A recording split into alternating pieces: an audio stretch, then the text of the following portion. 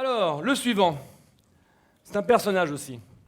Je le connaissais de vue. Avec les réseaux sociaux, c'est pratique, on connaît plein de gens de vue. Puis quand on les rencontre, ah bah en fait, t'es pas si grand que ça. Moi, t'es grand, toi, t'es petit. Il est plus petit que moi. Il m'a dit que j'étais grand, mais il dit, ah bah toi, t'es petit en fait. Mais on rentre dans le même écran. Bon, trêve de plaisanterie, c'est un humoriste, il a fait du café-théâtre. Donc on pourrait le présenter sous forme de sketch. Les sketchs, il va faire lui-même. Son sujet de prédiction, c'est l'identité et le savoir-être. Vous allez voir pourquoi dans quelques instants. En fait, il faut faire les choses tout simplement, et non pas seulement essayer. Je pense que ça a été dit de façon différente dans plusieurs conférences, dans plusieurs interventions. Et lui, il est bien décidé à vous bousculer un peu plus et à vous faire changer de camp. J'insiste sur le mot camp, CAMP. Vous faire changer de camp, vous allez voir comment à sa façon. Sa conférence, c'est « Arrêtons de nous plaindre et bougeons-nous ». Bon, en off, il m'a donné un autre titre, mais là, c'est version soft. Je laisse dire l'autre version. Il a 3 défauts, ce conférencier. En tout cas, 3 qu'il m'a avoués. Il tutoie facilement. Pour moi, c'est une qualité. Je l'ai trouvé très friendly, super bienveillant, comme tous ces orateurs que vous avez vus aujourd'hui. Il est expert en café jus de chaussette. Voilà, donc je ne sais pas ce que ça lui apporte dans la vie, mais le café jus de chaussette, c'est un expert. Pour le boire, pour le faire, tout ce qu'il faut.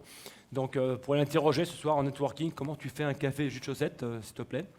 Et sinon, il fait des blagues. Il fait des blagues à 3 € l'année dernière. Cette année, bon, c'est des blagues à 5 €. Et son rêve, c'est de vivre de ses blagues. Blagues à 5 €. Il veut vivre de ses blagues. Donc, sa conférence, Arrêtons de nous plaindre et bougeons-nous. Il s'appelle Hervé Tsedrit. Et il est quelque part parmi vous, Hervé. Hervé. Je dédie cette conférence à toutes les merdes qui me sont arrivées dans la vie. C'est grâce à elles que je suis qui je suis. Elles m'ont forcé à lire, à chercher, à observer, à apprendre, à renoncer et à accepter, et à voir les choses différemment et à me bâtir la vie que j'ai toujours voulu. Alors oui, je les remercie, ces merdes. Je les applaudis très fort, ces merdes.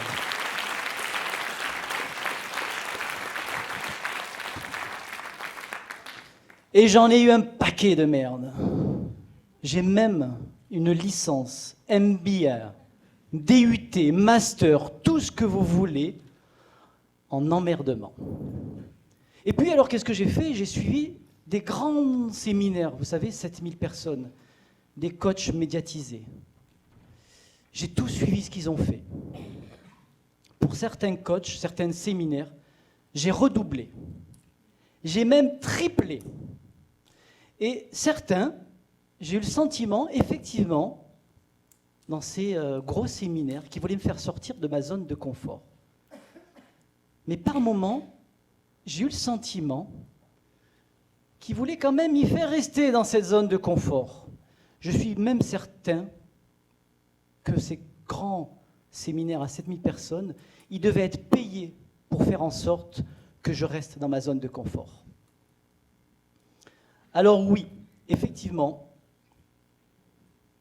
à un moment donné, je me suis posé 3 questions. Parce que j'ai dit, il faut que j'en sorte de tout ça, c'est pas possible. Alors, qu'est-ce que j'ai fait? Je me suis posé 3 questions. La première question, est-ce que mon niveau de vie, à l'époque, était optimum? Bon, première question. Deuxième question, est-ce que ma qualité de vie aujourd'hui est celle que j'ai envie d'avoir? Question intéressante. Je vous propose, merci, de vous les poser. Et puis, il y a eu la 3e question. Celle, vous savez, les questions comme ça, où vous prenez une grande claque. La question fondamentale. Qu'est-ce que je ferais si j'étais moins con? Ça a été la question. Et cette question, elle vient de quoi? Vous le savez? D'un film. Alors, ce n'est pas un film développement personnel. C'est un film développement humain. Le cœur des hommes. Alors oui, je me suis dit là, il faut arrêter. Il faut s'en sortir de tout ça. Commence. Et j'ai cherché. Je me suis dit, Hervé. Oui, parce que des fois, je me parle tout seul. Hein. je me fatigue, je vous l'avoue. Il faut que tu arrêtes d'essayer, ou que tu arrêtes d'essayer de faire quoi que ce soit. À un moment donné, soit tu fais et tu ne marches pas dedans, soit tu ne fais pas.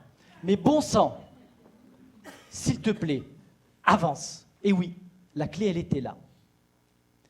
Et je me suis dit, effectivement, être soi, avoir une pensée positive, n'est pas forcément suffisante. Alors, je ne sais pas vous, à l'époque, moi, j'avais un grand bureau, joli bureau, et dessus, il y avait tous les livres en développement personnel qui existaient. Et sur ce bureau, alors j'avais dans mes livres, il y avait les post-it, ils étaient tous stabilisés, j'avais tout ça sur mon bureau. J'avais aussi des CD, des MP3, j'avais des 78 tours, j'avais un phonographe, j'avais tout. J'ai même dit à Thomas Edison, s'il te plaît, essaye de m'inventer quelque chose pour que je puisse lire ces CD. Fais quelque chose. Et qu'est-ce que j'ai fait un jour? Parce que ce que j'avais sur mon bureau, c'était pareil dans ma tête. Au-delà de la procrastination que je développais, j'ai aussi développé une nouvelle maladie à l'époque. L'éparpillation. C'est une longue maladie. Je sais que certains peuvent être atteints. Alors qu'est-ce que j'ai fait? J'ai tout pris, ce qu'il y avait sur mon bureau, j'ai tout rangé. Et j'avais un bureau net. C'est-à-dire que mon esprit était comme ce bureau, net. C'était la clarté. Et je me suis dit, bon, première chose, qu'est-ce que tu veux être, faire ou avoir? Regardez bien l'ordre. Être, faire ou avoir. On peut avoir, essayer de faire, pour être ensuite, ça ne marche pas. Mais je veux faire, je vais avoir et après je serai. Non, ça ne marche pas. D'abord tu es, ensuite tu fais, et ensuite tu auras. Ok. Alors je me suis dit, je vais commencer par être. Alors j'ai commencé à travailler sur moi, sur mes forces, sur mes qualités, sur tout ce que j'avais de bon en moi. Vous savez, le fameux diamant, celui qui brille, le plus beau, qui à un moment donné était recouvert par du crottin de cheval. L'image négative que j'avais de moi-même. Et pour ne pas montrer que j'avais une image négative de moi-même, j'ai mis de la dorure et de la parure. Alors j'ai enlevé tout ça, et enfin j'ai été moi. Bon, ça m'a coûté un divorce, 3 ans de prison. Mais j'étais moi. Non, je plaisante, hein. Pour le divorce. Si tu m'écoutes. Et qu'est-ce que je me suis fait à un moment donné? J'ai dit, ça y est, maintenant je suis moi. Il va falloir passer à l'action. Et j'ai continué à chercher, je me suis dit, il faut faire simple. Et j'ai trouvé les 4 éléments. Effectivement. Les 4 éléments, j'avais choisi mon camp, comme l'a dit Olivier. Mais qu'est-ce qu'il y a derrière le camp? Et vous? De quel côté du camp êtes-vous? Alors je vous propose un voyage. Alors, derrière le C de camp, il y a les croyances. Vous savez, celles qui vous façonnent. Les croyances limitantes, celles qui vous freinent. Et les croyances positives, celles qui vous poussent. Et j'ai découvert que ma vie était déterminée par mes croyances. Mes croyances avaient une influence sur ce que je pouvais être, faire ou posséder. Ces croyances avaient une force inouïe. Et des croyances, à l'époque, j'en avais. Elles ont vraiment déterminé ma vie à un moment donné. Alors les croyances que j'avais à l'époque, la vie, elle était difficile. Bon, c'est vrai, c'était ma croyance. J'avais une autre croyance, c'était que j'arrivais à obtenir ce que je voulais, mais c'est comme un joueur de tennis, c'était en 5-7, tie-break jusqu'au bout. J'en voyais certains, eux, c'était en 3-7. 6-0, 6-0, moi c'était 6-5, 7-5, je m'en sortais pas. Et puis j'avais une autre croyance, jamais je n'aurais osé monter sur scène. Je ne suis pas capable. C'était ma croyance. Et puis j'en avais une autre croyance qui m'avait été inculquée un petit peu par mes parents. Le système scolaire, Maïté en a parlé très bien. Je suis bizarre et pas normal. Je ne sais pas si parmi vous, il y en a qui ont connu ça. Vous savez, on est des enfants précoces. Mais à l'époque, ce n'était pas reconnu. Qu'est-ce qu'on va faire de toi? Effectivement. C'était ma croyance. Et puis grâce à ce changement de croyance, j'ai des nouvelles croyances. Je fais aujourd'hui en fonction de qui je suis. Je suis le coach le mieux chaussé. Non, en fait, c'est le cordonnier le mieux chaussé. Ouais, Bon, en fait, en même temps, je ne suis pas cordonnier, je suis coach. D'accord? Mais je suis effectivement le coach le mieux chaussé. J'avais une autre croyance aussi. Je suis toujours bizarre et pas normal. Mais ça, aujourd'hui, c'est juste ma force. C'est juste ce qui me permet d'être ce que je suis aujourd'hui. Ça, c'était pour les croyances. Et derrière, dans mon camp, le A, c'était les actions. Ah, ces fameuses actions. Alors, on va retourner un peu à l'école, on va faire un petit peu de physique-chimie. Sur quoi se pose la rouille? Alors, je connais la réponse, je pose des questions, mais je connais déjà la réponse. Sur quoi se pose la rouille? Sur du fer, effectivement. Mais sur du fer immobile. Ah, et oui, oui. Et oui.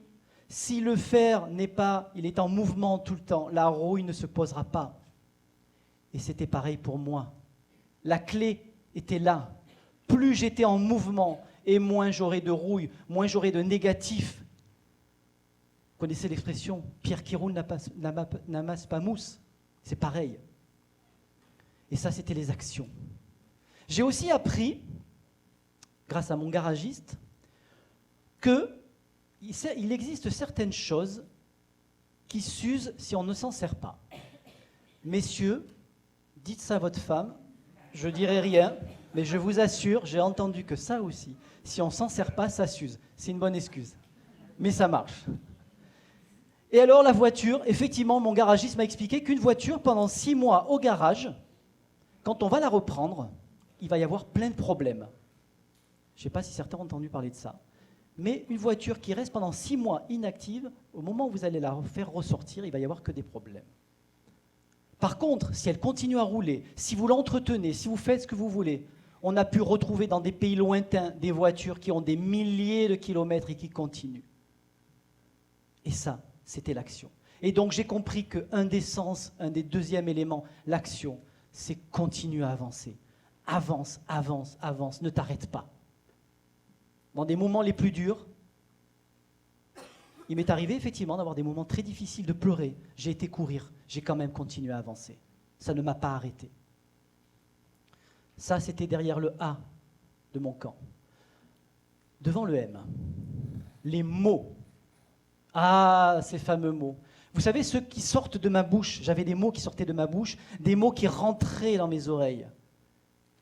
Est-ce qu'il m'était arrivé de temps en temps de me poser des questions? Qu'est-ce que tu dis? Qu'est-ce qui sort de ta bouche? Ah, écoute-toi. Alors, ce n'était pas évident à l'époque, mais c'était important que je m'écoute. Quels sont les mots que j'envoie à l'autre? C'est des mots positifs, c'est des mots comment? Et qu'est-ce que tu reçois? Écoute-toi. Et les mots avaient une importance fabuleuse. Tous les mots qui pouvaient sortir induisaient aussi quelque part mes croyances, mes pensées, mes actions. Ces mots-là avaient de l'importance. Alors j'en ai eu plein des mots. Donc j'ai rencontré des gens aussi qui me disaient, voilà, dans les mots, écoute, dans une relation, je veux te garder. Ça, c'était au début. Et puis la relation évoluait et je ne veux pas te perdre. Alors le résultat était le même quelque part, on devait rester ensemble. Regardez les actions induites avec tout ça. Je veux te garder. Ben, je vais tout faire pour te garder. Je vais faire attention à toi. On va évoluer, on va grandir, on va s'interroger. On va mettre du bois dans la cheminée ensemble. Et puis quand on est passé, je ne veux pas te perdre. Qu'est-ce qu'il fait? Il est où? Pourquoi il ne m'a pas appelé? Il est avec qui? Il est avec quoi? 2 mots. Et c'était complètement différent. Juste des mots. Après, il y en a des mots pleins, les oui mais. Vous connaissez les gens qui vous disent « le problème, c'est que ». C'est des jolis mots, ça. Il y a même quelqu'un qui a écrit un livre, et c'est vrai qu'il parlait du mot « petit ». Tout est petit. Petite cuillère, petit ami, petit déjeuner, petit café. La première fois que j'étais aux États-Unis, j'ai demandé une petite cuillère. C'était une cuillère à soupe. Il n'y a rien de petit chez eux. Même la première fois où j'ai été, c'était en 90 aux États-Unis. J'ai cru qu'il y avait Starkey Hutch qui allait sortir. Je ne sais pas s'il y a eu qui ont cette version-là. Les mots avaient une importance capitale. Méfiez-vous quand quelqu'un commence sa phrase par « normalement ». Là aussi, méfiez-vous. Et il me restait dans mon camp le P des pensées. Ah, ces fameuses pensées. C'était ma ligne directrice. C'est ce qui me permettait de voir, Nicolas en a parlé tout à l'heure, ma vision, c'était mes pensées, vers où je vais. Elles étaient la ligne directrice. Elle avait été donnée par mes croyances, par mes mots, par mes actions. Et je vous assure qu'à un moment donné, en 2007, gros événement tragique dans ma vie. Alors là, je peux vous dire que j'ai mis 2 ans à bien m'enfoncer, à entraîner des gens avec moi, parce que j'allais pas bien du tout. Et là, à l'époque, mes pensées, elles étaient inexistantes. Et le peu qu'il y avait, elles étaient noires. Et puis j'ai commencé à travailler sur moi. Et de noir, je suis passé à gris clair. C'est une étape. C'était déjà important. Ces pensées étaient ma ligne directrice. Elles m'ont permis d'être ce que j'étais aujourd'hui. Elles m'ont permis de monter sur scène. Elles m'ont permis de faire plein de choses. J'avais des visions. Je rêvais d'être sur scène, d'inspirer des gens. J'ai suivi mes pensées. Et grâce à ces 4 éléments, effectivement, que j'ai modifiés au fur et à mesure, mes croyances, mes pensées, mes mots et mes actions ont déterminé ma vie. Et j'ai réussi, effectivement, à être ce que je suis aujourd'hui. Alors, effectivement, ça va vous paraître simpliste. Dire, bon, c'est très simple le truc. Ben oui, effectivement, c'est simpliste. J'ai commencé, j'avais très peu d'amis sur Facebook, je mettais des publications. J'ai payé de la famille pour mettre des j'aime. En 1 an et demi, 250 contacts, je suis passé à 5000. Des gens qui vous reconnaissent. J'inspire des gens. Tout ça parce que j'ai fait juste des choses simples. Ces 4 éléments. Alors, juste une chose, c'est qu'effectivement, c'est très simple, mais comment on peut faire? Imaginez-vous, j'ai une valise qui est en plein milieu de la scène. Cette valise, je vais vous poser la question, est-ce qu'elle est lourde ou est-ce qu'elle n'est pas lourde? Eh bien, ça dépend. Ça dépend. Si je fais de la musculation, pour moi, cette valise de 50 kg, elle ne sera pas lourde. Par contre, si je ne fais pas de musculation, elle sera lourde. Logique. Par contre, si je te prends avec moi pendant 3-4 semaines et que tous les jours, je vais t'entraîner à porter 5 kg, 10 kg, 20 kg, 25 kg, 30 kg, au bout d'un moment, qu'est-ce qui va se passer? Eh bien, quand tu vas venir soulever cette valise, comme tu t'es entraîné, ça va te paraître très simple et très facile parce que tu t'es entraîné. Et aujourd'hui, en 2 mois, en changeant ces 4 éléments, votre vie, je peux vous le garantir, elle changera. Donc changez vos croyances, vos actions, vos mots et vos pensées et vous changerez votre vie. Et si je suis aujourd'hui justement ici parmi vous, c'est grâce à ces 4 éléments. Et je ne pourrais pas terminer ma conférence sans une phrase qui est la mienne. Certains sur Facebook la connaissent. Couvrez-vous bien, n'ouvrez à personne et prenez bien soin des rock'n'roll. Hey! Merci. Applaudissements pour Hervé Chédrit, Merci. notre ami d'Aix-en-Provence.